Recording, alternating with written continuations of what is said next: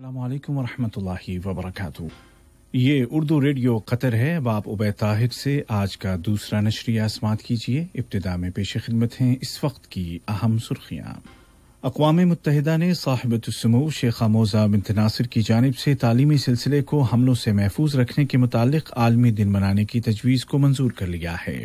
قطر میں گزشتہ 24 گھنٹوں کے دوران کووڈ-19 کے 5235 مریض صحتیاب ہو گئے ہیں، جبکہ 2355 نئے کیس بھی رجسٹر کیے گئے ہیں۔ اور امریکہ نے WHO کے ساتھ تعلقات کو ختم کرنے کا اعلان کیا ہے، جبکہ یورپی یونین نے کہا ہے کہ صدر ٹرمپ کو فیصلے پر نظر ثانی کرنی چاہیے۔ اور اب پیش خدمت ہے آج کا دوسرا مفصل نشریہ۔ بسم اللہ الرحمن الرحیم۔ اقوام متحدہ کی جنرل اسمبلی نے صاحبۃ السمو شیخہ موزہ بنت ناصر کی اس تجویز کو منظوری دے دی ہے کہ سال میں ایک دن تعلیمی سلسلے کو حملوں سے محفوظ رکھنے کی اہمیت کو اجاگر کرنے کے لیے عالمی سطح پر منایا جائے۔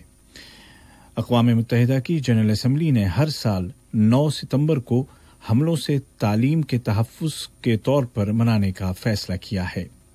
صاحبۃ السمو شیخہ موزہ بنت ناصر ادارہ ایجوکیشن ابو آل کی CEO اور پائیدار ترقی کے اہداف کا دفاع کرنے والے اقوام متحدہ کے گروپ کی رکن ہیں۔ یہ تجویز انہی کی تھی جس کی عالمی سطح پر حمایت حاصل کرنے کے لیے قطر نے اس کو آگے بڑھایا۔ شیخہ موزہ نے جنرل اسمبلی کے فیصلے پر خوشی کا اظہار کرتے ہوئے کہا کہ عالمی برادری کے لیے موجودہ چیلنج یہ ہے کہ تعلیم سب کے لیے ہو۔ اس خیال کو سیاسی ارادے سے آگے بڑھا کر عملی طور پر نافذ کیا جائے۔ UNO کی جنرل اسمبلی کا یہ فیصلہ قطر اور صاحبۃ السمو شیخہ موزہ بنت ناصر کی کوششوں اور موقفوں کی کامیابی ہے، جن کا مقصد لڑائی والے علاقوں میں طلباء کے تحفظ اور ان کے لیے تعلیمی سلسلے کو یقینی بنانا تھا۔ قطر کی وزارت صحت نے اعلان کیا ہے کہ آج 30 مئی 2020 کو ملک میں کورونا کے 2355 نئے کیس سامنے آئے ہیں، جبکہ گزشتہ 24 گھنٹوں کے دوران 5235 مریض ریکور ہو گئے ہیں، اور اس طرح شفایاب ہونے والے مریضوں کی کل تعداد 25,839 ہو گئی ہے۔ ریکور ہونے والے مریضوں کی تعداد میں اضافے کی وجہ وزارت صحت کی جانب سے کووڈ-19 کے متعلق نئے پروٹوکول کی منظوری اور اس پر عمل درآمد ہے۔ ہیلتھ منسٹری کے بیان میں کہا گیا ہے کہ گزشتہ 24 گھنٹوں کے دوران 18 مریضوں کو ان کی حالت بگڑنے کے بعد ICU میں ایڈمٹ کر دیا گیا ہے، اور اس وقت 217 مریض ICU میں زیر علاج ہیں۔ سبھی نئے مریضوں کو آئسولیٹ کر دیا گیا ہے اور ان کو مناسب میڈیکل کیئر فراہم کی جا رہی ہے۔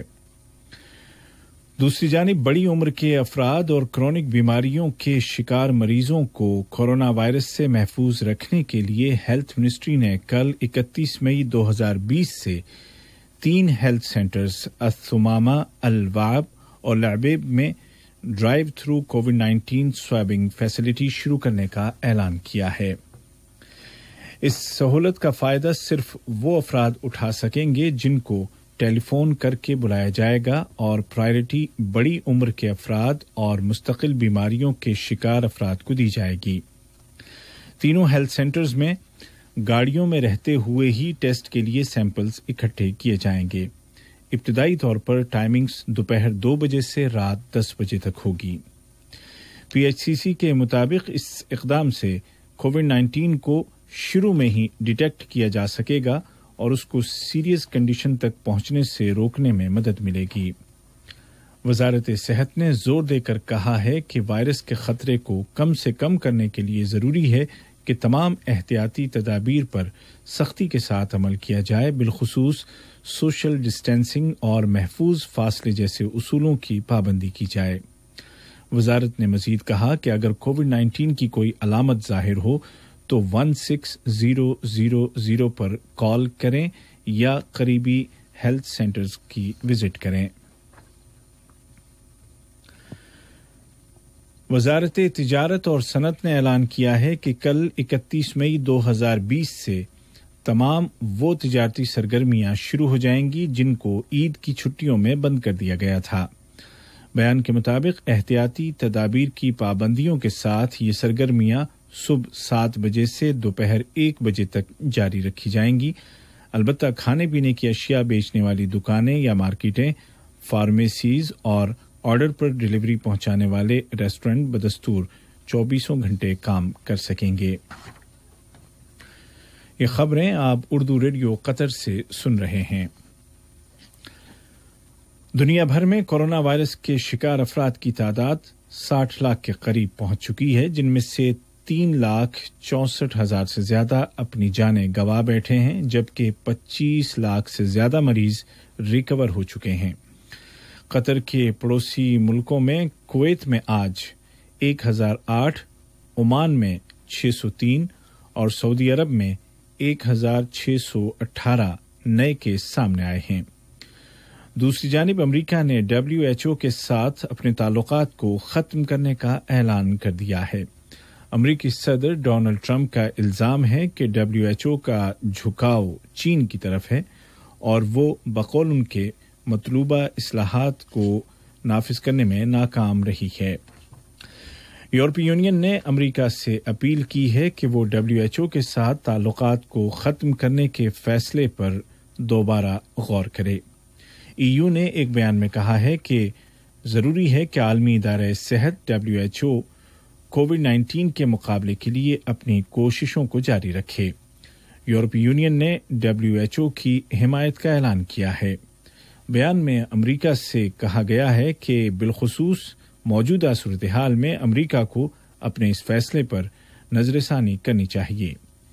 یاد رہے کہ امریکی صدر نے کل WHO کے ساتھ امریکہ کے تعلقات کو ختم کرنے کا اعلان کرتے ہوئے الزام لگایا تھا کہ یہ عالمی ادارہ اصلاحات نافذ کرنے میں ناکام رہا ہے۔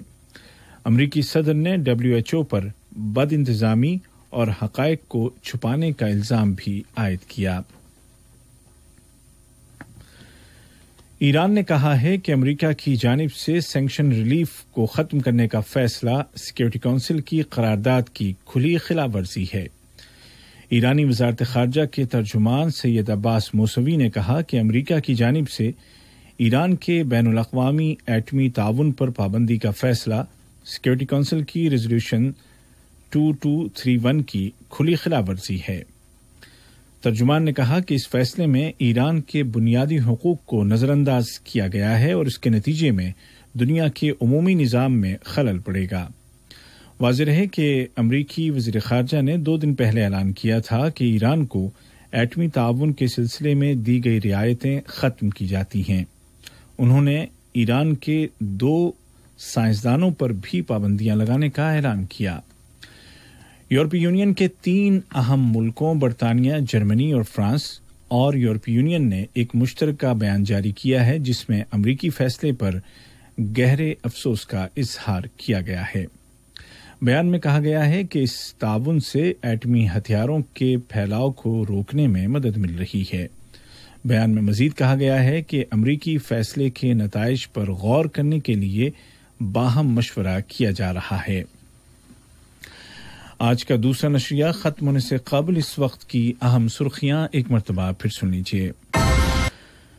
اقوام متحدہ نے صاحبۃ السمو شیخہ موضع بنت ناصر کی جانب سے تعلیمی سلسلے کو حملوں سے محفوظ رکھنے کے متعلق عالمی دن منانے کی تجویز کو منظور کر لیا ہے۔ قطر میں گزشتہ 24 گھنٹوں کے دوران کووڈ-19 کے 5,235 مریض صحتیاب ہو گئے ہیں، جبکہ 2,355 نئے کیس بھی رجسٹر کیے گئے ہیں، اور امریکہ نے WHO کے ساتھ تعلقات کو ختم کرنے کا اعلان کیا ہے، جبکہ یورپی یونین نے کہا ہے کہ صدر ٹرمپ کو اس فیصلے پر نظر ثانی کرنی چاہیے۔ اسی کے ساتھ آج